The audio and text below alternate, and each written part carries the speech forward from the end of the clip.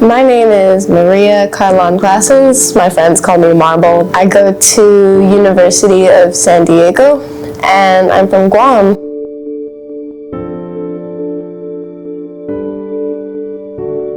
I like to keep well-rounded and try a lot of things, but I think my main thing would be music and art. I've written songs, I've posted them before. It's just something that I've always loved doing, regardless of how many views it gets. I think I'll always be a writer. I've written a book.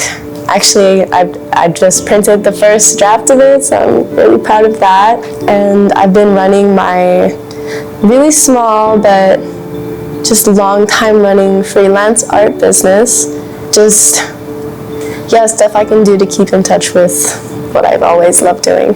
I'm from Guam. And then when did you come out here? Probably late June, first time, and I moved to South Carolina first. Went through a lot in between there, and then came to San Diego, where I ultimately chose my school. It was very hard. Like, I'm mixed. I'm half white, half Filipino, and where I'm from, the Filipino doesn't really show because, of course, I'm half white. I get it. But when I came to America, I went to this protest, and it was about Roe v. Wade. There was a lot of, just very conservative South Carolina. And then I noticed the look in that South Carolina police officer. It just showed me that in America, my color shows. Probably one of my proudest moments. I've just never felt so empowered by, it was my first protest, and it was something I've always wanted to do, but I've never felt so empowered by people with like minds. But basically, there was a counter-protest, and they are called the Proud Boys, and I don't know what their deal is, but they show up to kind of counter the protest for women's rights. So they had all these signs like stop,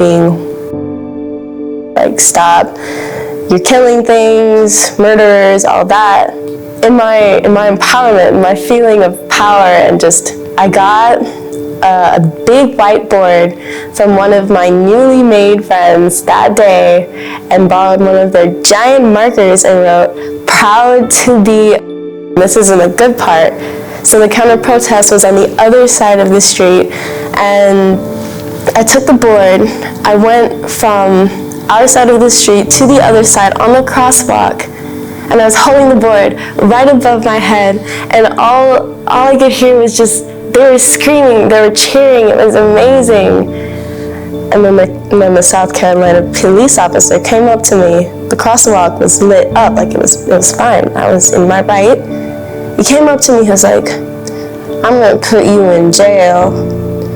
So that was just like a moment of empowerment, but also realization that this is just the reality of America. On the day before Easter at about 8:15, I don't know why I remember that specifically, but I went back to my house after a sleepover, and I found my brother hiding in a bathroom with a knife, and he looks up at me and was like, "Aussie," because that's what my family calls me, "Aussie, Dad was attacked." And my whole world it shattered.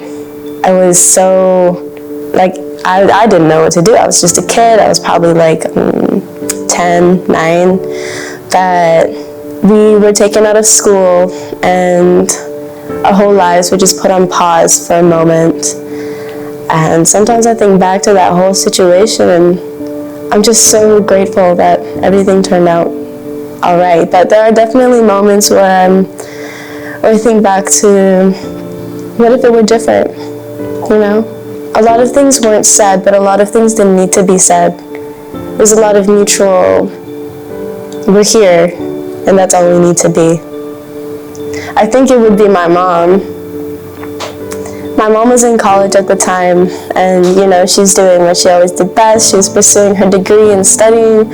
She is so ambitious and definitely one of my role models. I'd like to think that I take after her. But when all of this went down, she dropped everything to come and to come and take care of us, basically. My dad is so supportive of my mom, and he's basically like, go to college, I'll take care of the kids, I want you to focus on your dreams. And when all of this went down, he was sent to the hospital, he was put in a coma. She just came right back, like dropped everything, and she took care of us. I could see the stress, but she never let it show. She just did what she did best, and that kind of inspired me to keep doing what I do best, because at the end of the day, that's as much as I can help. Honestly, there's not much you can give to somebody who's gone through some traumatic event like that. There's this craving for comfort, and there's a lot of grief and a lot of mourning.